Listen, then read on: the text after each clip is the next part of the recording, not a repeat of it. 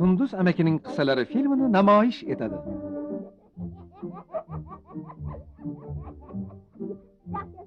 Amakijon bugun yangi qissa o'qib berasiz, ha? Bittasini aytingiz. Yana bitta aytib bering. Ha, haligi sichqonlarni nikoh to'yi haqidagisi bor-ku. O'shanisini, ha? Rejissyorlar Pascal Muro, Jean Cubo, Greg Bailey. Qunduz amaki bizga yordam bering. Erkatoy bekinvoldi. Biz uni topolmayapmiz. Men endi bekinmocha o'ynashga yaramayman. Unda xavotir olyapmiz. Chaqirsak ham javob bermayapti. Xo'p, yaxshi, yuringlar, qarab ko'ramiz. Biz uyni aylanib chiqdik. U yerda berkinadigan joy ham yo'q. Men uni ayoqda ko'rganday bo'luvdim. Qayerda ko'rdim-ku? Yaxshiroq qaranglar, kuzatishni o'rganinglar. Qani axir?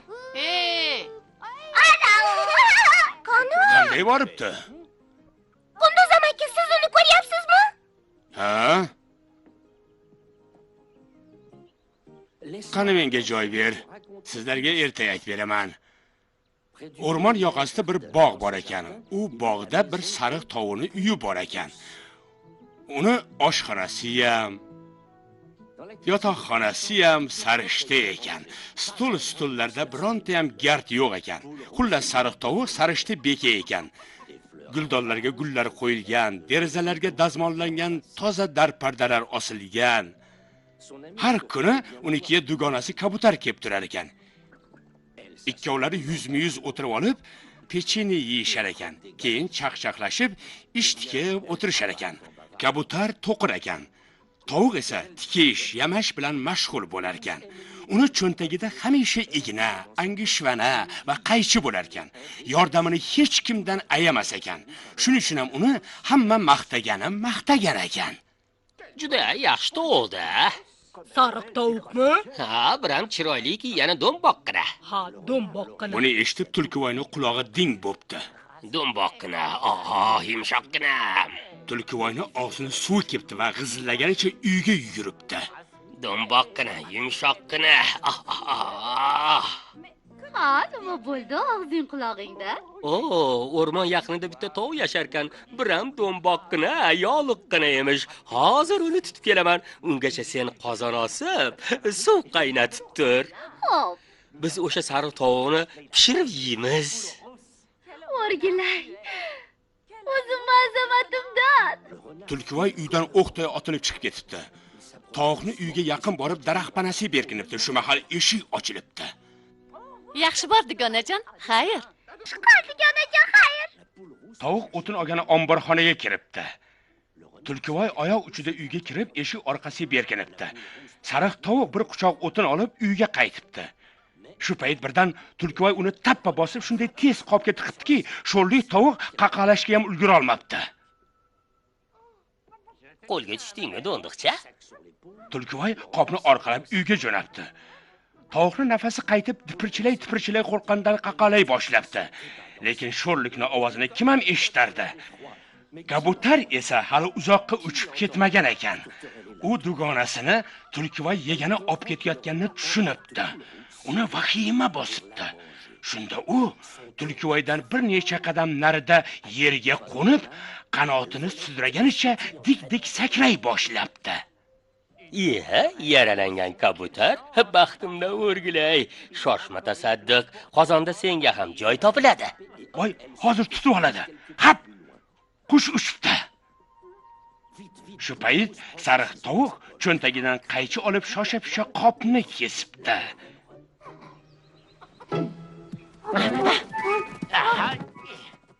Keyin bir toshni olib qopga soldi-da, bir zumda qopni tikib, qaychi bilan ignani yana cho'ntagiga soldi-da, g'izillaganicha uyga chopibdi.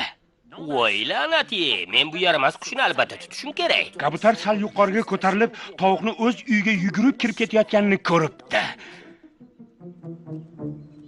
Shunda qush qanot qoqib osmoni falakka ko'tarilibdi. Xayriyat, qopdagisi qochib keta olmabdi. Xullas Tulkivoy qopni orqalab uyga kelibdi. Qarasa, dasturxon yozilgan, qozonda suv qaynab turganmish. Tutdingmi? Bo'lmasam-chi? Ko'rdingmi og'irligini? Bugun ziyofat zo'r bo'larkan.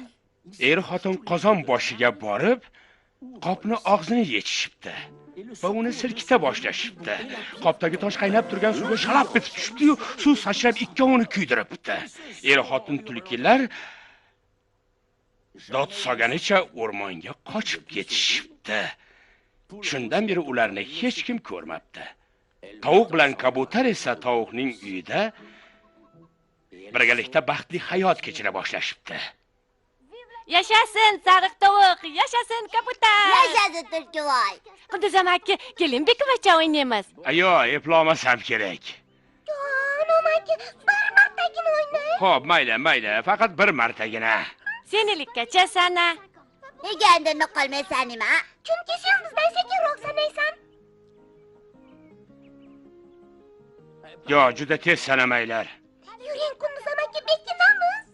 Nechi bo'ldi? 48, 49, 50 Ketdik. Qunduz amaki. Qayerdasiz? Amakijon, biz qidirgani ketyapmiz. Tovuqxonani ko'raylikchi. U yerda ular yo'q, ko'prik tagida-chi. Ular hech qayerda yo'q-ku. Ana ular. Qo'lga tushdingizmi? Siz g'irromlik qildingiz. Uyga bekinmasligingiz kerak. Men bilmabman. Bilmasizchi, bilib oling. Ha, yaxshi, kelinglar. Men sizlarga bir ochoqpat cho'chqa haqida so'zlab beraman. Uy bekasi har kuni uni ertalab atala bilan boqar ekan, lekin bugun negadir cho'chqacha ovqatga qayrilib ham qaramabdi. Jonimga tegib ketdi atalasi. Boshqalarning ovqati menikidan mazaliroq. Meni ham biron shirinroq narsa yegim keladi. Cho'chqacha mushukni sut to'la idishini ko'rib qopdi. Aha, mana hozir miriqib shirin sut ichaman. Cho'chqacha shosha-pisha bir xo'plam sut ichib hayron bo'pti. Voy, muncha bemaza. Buni mushuk qanday icharkin-a? Cho'chqacha tumshug'ini jirib nari ketibdi, lekin o'z atalasini hali ham ichkisi kelmabdi. Mana bunisi sutdan shirinroq bo'lish kerak. U tovuqlarni qiyratib, don yegani bo'ynini egibdi, lekin olish oson bo'lmadi. Nihoyat bitta donni og'ziga olib yutib yuboribdi. Buni nimasini yeydi? Tavba, shu zig'irdakkina narsaga shuncha ovoragarchilik.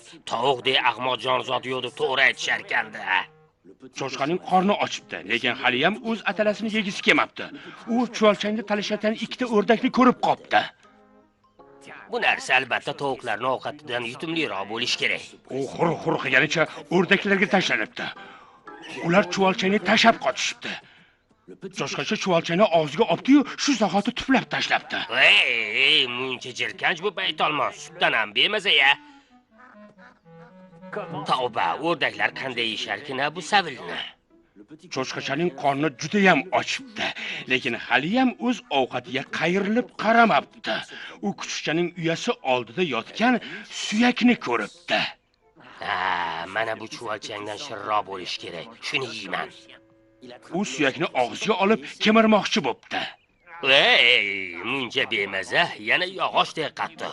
Kuchuk buni qanday kemirarkin-a? Tishini sindiradi-ku. Uning qorni juda ham ochibdi. Shunda ham o'z atalasini ichkisi kelmabdi. U quyonlarni mazza qilib o't yeyishayotganini ko'ribdi. Mana men yeydigan ovqat. Men ham quyonlardek o't ko'shiyman.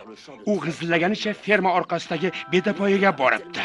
Qarasa, o'tlar shunaqangi ishtahali emishki, u o'tlarni chaynamay yuta boshlabdi, lekin qorni to'ygach, o'zini juda yomon his qildi. U cho'chqaxonaga qaytib kelib, kun bo'yi ingrab yotibdi. Sho'rlik cho'chqacha. Yuragim og'riyapti. Yeganim dedi emas, baloyi azim ekan.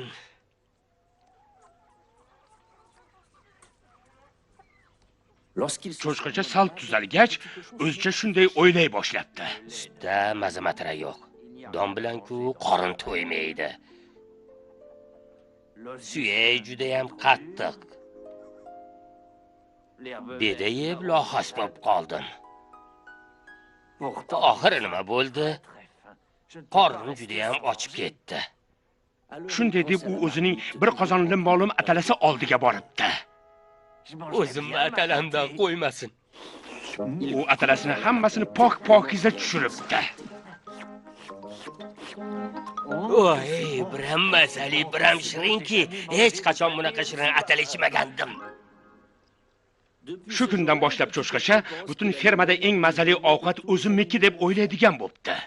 Rosta, chivachoy ham ovqatmi? Senga maymunjonli somsa yoqadimi? Qunduz amaki, u pishganmikin? Allaqachon pishgan? Yuringlar, qarab ko'ramiz. Ha, yuringlar. Bila.